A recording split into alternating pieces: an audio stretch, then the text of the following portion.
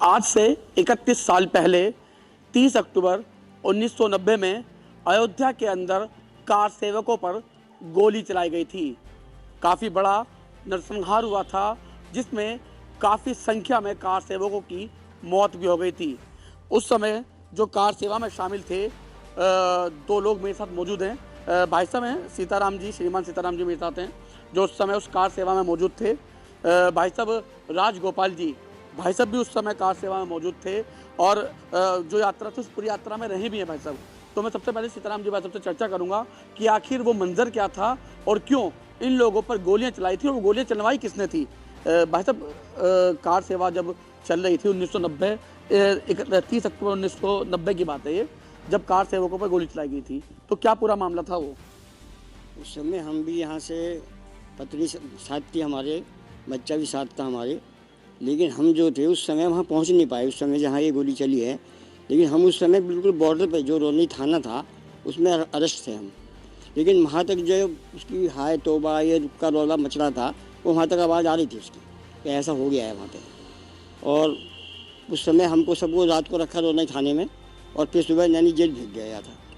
Naini jail में इतनी भीड़ थी कि जेलर भी छोड़ के भाग गया जेल को। उसने सबको कह दिया आप जहाँ मर्जी वहाँ जाओ। फिर हम 3 दिन वहाँ रहे। जो अपने शंकराचार्य थे वासुदेवानंद जी, उनके कार्यालय में उनके ऑफिस में धर्मशाला में उनके उसमें रहे हम भवन में। तो उसके बाद में जो है अडवाणी जी अपनी यात्रा ले चल रहे थे। तो हमारा विचार ये था कि अडवाणी जी जब आएंगे हम भी उनके साथ में उसमें हो जाएंगे सहभागी। लेकिन अडवाणी जी अरेस्ट हो गए तो फिर हमें मजबूरी वहीं रुकना पड़ा और फिर हम तो वापस आ गए वहाँ से।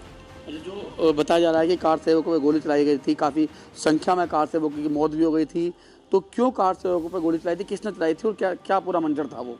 मंजर ये था कि जो मुलायम सिंह यादव उस समय के मुख्यमंत्री थे, उनका दावा ये था कि अयोध्या को मैंने ऐसा तरीके से मान दिया है कि कोई परिंदा पर नहीं मार सकेगा।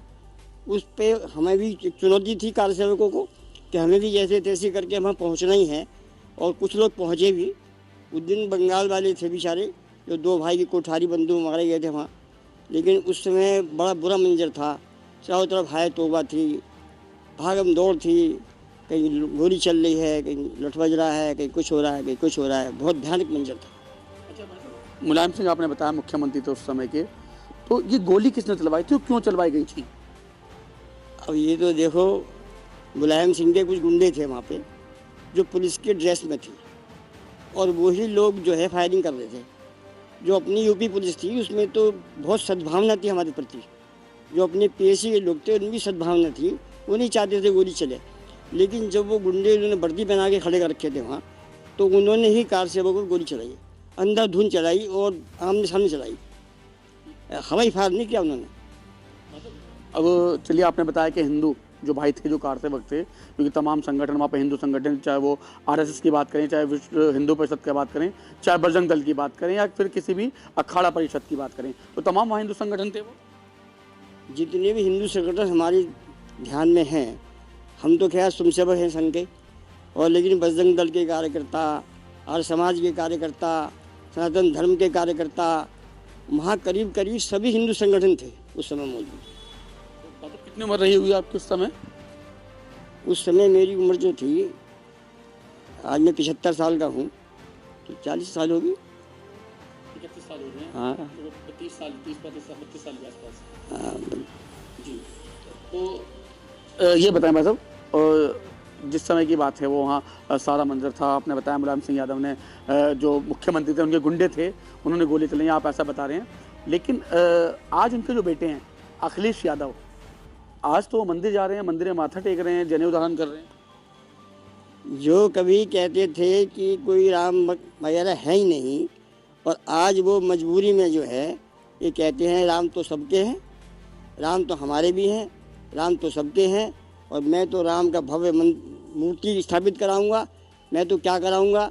और जिसका बाप कहता था वे जितना होता तो मैं और भी इतनी ज़्यादा मरवा देता, और बेटा कह रहा है कि मैं राम का भगत हूँ, राम तो हमारे थे। अब मजबूरी में है, चुनाव आ रहा है। तो क्या सब ये चुनावी स्टंट हैं सपा समाजवादी पार्टी के?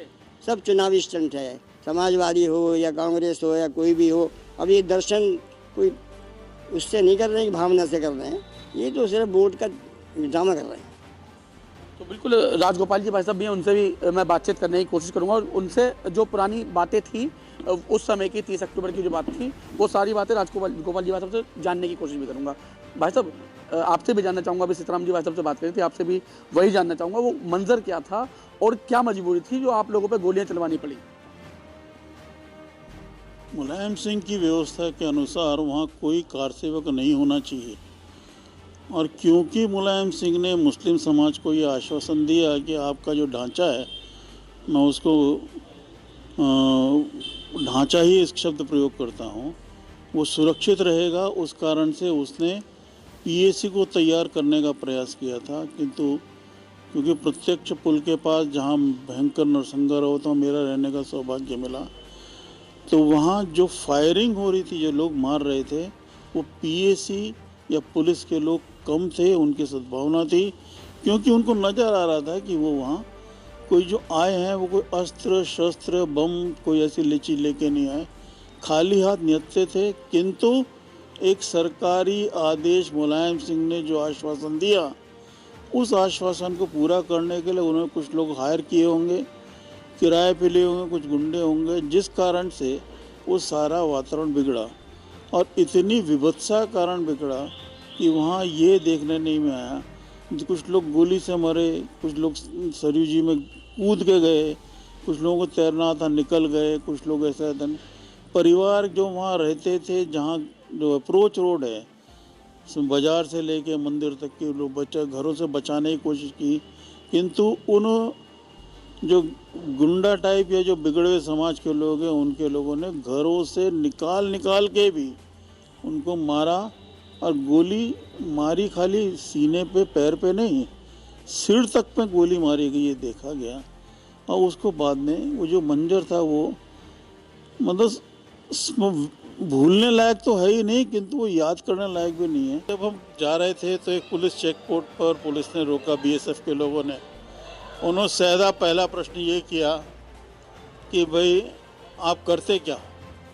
मैंने बैंक में नौकरी करता हूँ। बैंक में तो आपको नौकरी की चिंता नहीं है? मैंने हिंदू समाज रहेगा, अपना कुछ अस्तित्व रहेगा तब तो इस चीज़ की चिंता करेंगे। दूसरी बार जब जाने का मौका पड़ा तो दुर्भाग्य से मेरा एक्सीडेंट हो गया था, हाथ में चोट थी, तब भी एक चेक पोस्ट पे बीएसएफ ने रोका तो उनकी जो मशीन थी चेक करने की, उसने उसका ऑब्जेक्शन किया, उसमें बीप बीप किया। उस जो गार्ड था उसने कहा कि भाई आप बताओ आपके पास क्या है? मैंने कुछ नहीं है। सब तलाशी ली उन्होंने, बोलते कुछ मिला नहीं।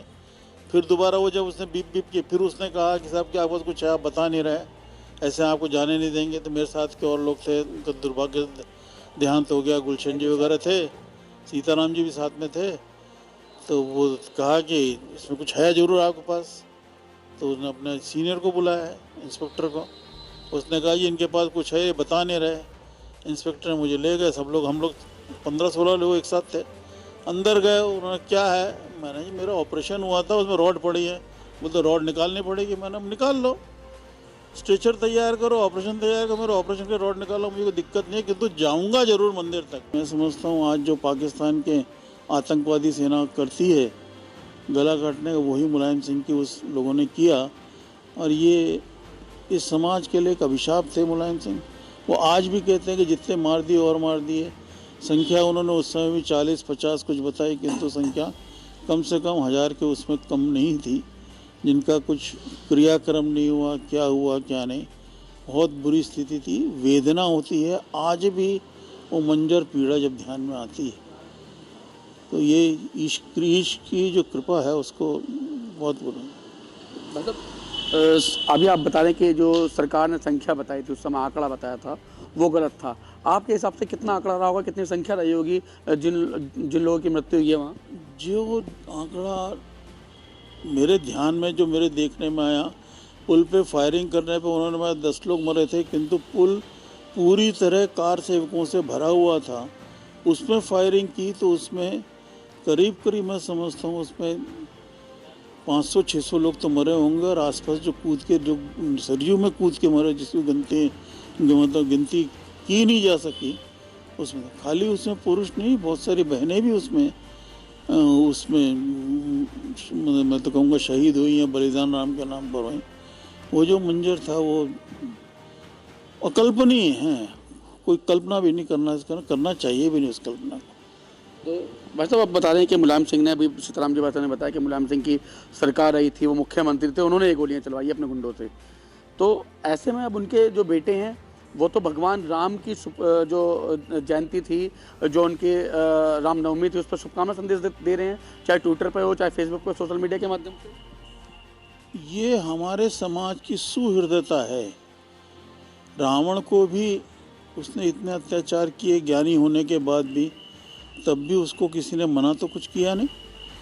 ये हमारे समाज की सुहृदयता है कि वो गलतियों को भूलने में और उसको क्षमा करने में माहिर है, एक्सपर्ट है। किंतु ये किसी भी समाज के लिए लंबे समय के लिए बहुत हानिकारक है। अपने इतिहास से जो लोग नहीं सीखते उसका भविष्य स्वर्णिम नहीं हो सकता। अरे स्वर्णिम भविष्य के लिए पिछले इतिहास की सारी चीज़ें, चाहे वो ढांचा किसी का बनाया हो, चाहे ढांचा किसी ने गिराया हो, किंतु वो ढांचा बना ही क्यों, ये भी हमारे एक उद्देश्य के लिए। और एक नहीं है, अगर आज हम उसकी चिंता विवेचन अगर करते हैं तो हिंदुस्तान में भी 1500-1600 से ज़्यादा ऐसी पूजा स्थल हैं जिनको मंदिर तोड़ के उनको दूसरे परिवर्तित किया गया। कल को हम ये नहीं कहते उसको करना है, किंतु जो कांड यहाँ पे होता है, अगर उसका एक हजरत बल का बाल कश्मीर के उससे खोया था और हैदराबाद में आग लगी थी राम मंदिर में, कोई लिंक नहीं है, कोई उसका नहीं है। किंतु मेरा आग्रह ये है कि समाज को अपने स्वाभिमान के लिए धीरे धीरे देश के स्वाभिमान के साथ खड़ा होना चाहिए। देश पहले है, पूजा पद्धति बाद में। हिंदू समाज का ये सौभाग्य है कि आप हर तरह से पूजा मानने पर आप लक्ष्य तक पहुंच सकते हैं। ये अन्य किसी उसमें समाज में नहीं है, ये उनका सौभाग्य है देश से। अच्छा भाई साहब, जो टोपियाँ लगाते थे मुलायम सिंह, उनके बेटे अखिलेश यादव टोपी पहनते थे, आज वो मंदिर में जाके माथा टेक रहे हैं। ये वोट की राजनीति है। आज उनको लगता है कि जो पहले कभी वर्तमान की राजनीतिक पार्टी बीजेपी, उसके कारण उनको वोट उसको मिलते हैं, वो उस कारण आज वही फॉलो कर रहे हैं। वो नहीं, सभी फॉलो कर रहे हैं। मुलायम सिंह भी एक टोपी लगाएंगे। अभी तो उन्होंने ये भी घोषणा की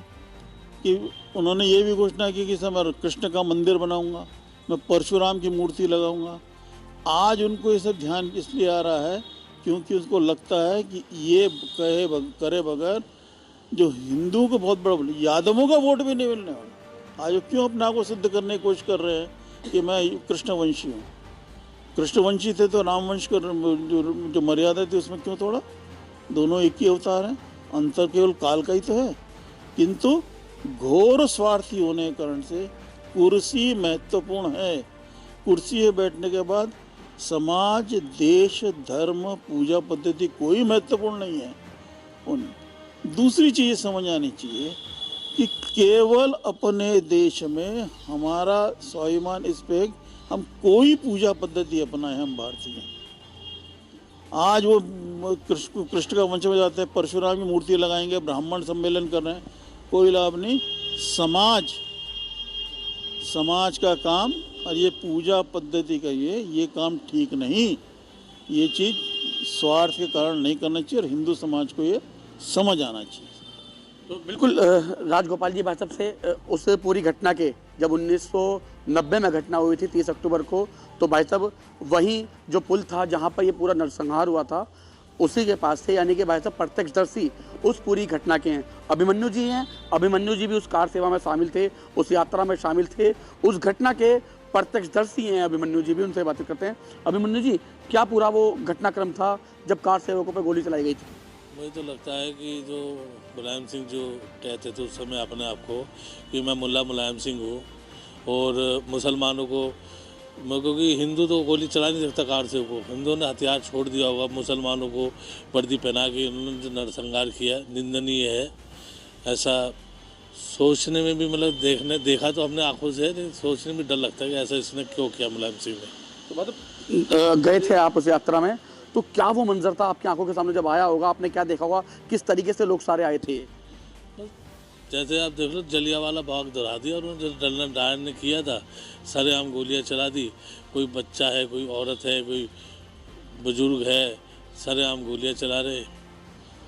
तो मुलायम सिंह का नाम आप भी ले रहे हैं, भाई साहब ने मुलायम सिंह का नाम बताया, मुख्यमंत्री मुलायम सिंह हुआ करते थे उस समय, लेकिन मैं फिर भी बार बार वही क्वेश्चन दोहराऊंगा। पिता जो थे वो कार सेवकों की गोली चलवा रहे थे, कार सेवकों पर, और आज उनके बेटे हैं वो हिंदुओं को साथ रहे और मंदिरों में पूजा कर रहे हैं। जा नाटक कर रहे हैं और क्या कर रहे हैं। उनको पता है भाई अब जो हिंदू है जाग चुका है, हिंदू इकट्ठा हो चुका है, हिंदू का वोट बैंक इकट्ठा है। उन्हें पता है सोच समझ से वोट देनी है, कौन हिंदू को और हिंदुत्व को बचा के रख सकता है, वो खाली भाजपा है। अब मैं तो ऐसे परिवार से संबंध रखता हूँ। 1947 में भागो भागो का नारा हुआ, हम सियालकोट के रहने वाले हैं, मतलब रहते थे हमारे दादा परदादा, ठीक है जी। आधा परिवार हमारा वहाँ मार दिया। क्यों मार दिया? क्योंकि हम हिंदू हैं, हमें अलग दे दिया गया। हम यहाँ पे आए, यहाँ पे दिल्ली के मस्जिदों में गए, रात को मस्जिदों से भी निकाल दिया कि मस्जिदों में ये लोग क्यों रुके हुए हैं, क्योंकि हिंदू हैं। हिंदू होना तो पाप ही हो गया ना। अब जब देश बंटवारा हो गया, आधे उधर चले गए, आधे कांग्रेस ने क्या किया, यहाँ से किसी को जाने नहीं दिया। वो वोट बैंक का चक्कर, वही वोट बैंक मुलायम सिंह कर रहे हैं, उनके बेटे कर रहे हैं। अब मैं 14 वर्ष की आयु थी मेरी उस समय, सबसे छोटी कम आयु का था, और मुझे बच्चा जेल नहीं भेजा, उसमें मुझे मुजफ्फरनगर सेंट्रल जेल भेज दिया। तो बिल्कुल जो अत्याचार वहाँ हिंदुओं पर किया गया, तो क्या कभी भूल सकते हैं आप उसको? कभी नहीं भूल सकते, कभी नहीं भूल सकते। वो तो ये चीज़ तो भूलने लायक थोड़ी है जी। ये तो कई बार सपनों में भी आते हैं कि ऐसी बातें हो रही है। अब उस समय ऐसा इन्होंने कराया, आज देखो जी गोलगप्पे वाले को गोली मार दी, कोई हिंदू है। उधर एक मास्टर और टीचर को कश्मीर में गोली मार दी, उनका गुनाह क्या, वो हिंदू है। अब भी हिंदू इकट्ठा नहीं होगा, अब भी हिंदू समझेगा नहीं कि हमारे साथ कौन है कौन नहीं है। तो हिंदू धर्म ख़त्म करने के फिराक में है जो। तो वहाँ पे जो नरसंहार कराया मुलायम सिंह जी ने, लाशें थी, खून था, औरत नहीं देखी, बच्चा नहीं देखा, कोई बुजुर्ग नहीं देखा। उन्होंने ऐसा गंदा काम किया, उसके बाद सब उठा के लाशें सरयू में बहा दी। तो मैं नहीं मानता कि इंसानियत वाली बात है। और ये तो कहते हैं कि भाई समझिए उनका क्या उद्देश्य रहा, क्यों उन्होंने ऐसा किया। और बाद में बोले कि मुझे मुल्ला मुलायम सिंह कहो, मैं तो मुलायम सिंह नहीं हूँ, मैं तो हिंदू ही नहीं हूँ। और आज उनके बच्चे जो है, जो अखिलेश यादव है, वो मंदिरों में जा रहे हैं, जनेऊ पहन रहे हैं, ढोंग कर रहे हैं कि मैं हिंदू हूँ, तो उन्हें मालूम है हिंदू इकट्ठा हो चुका है।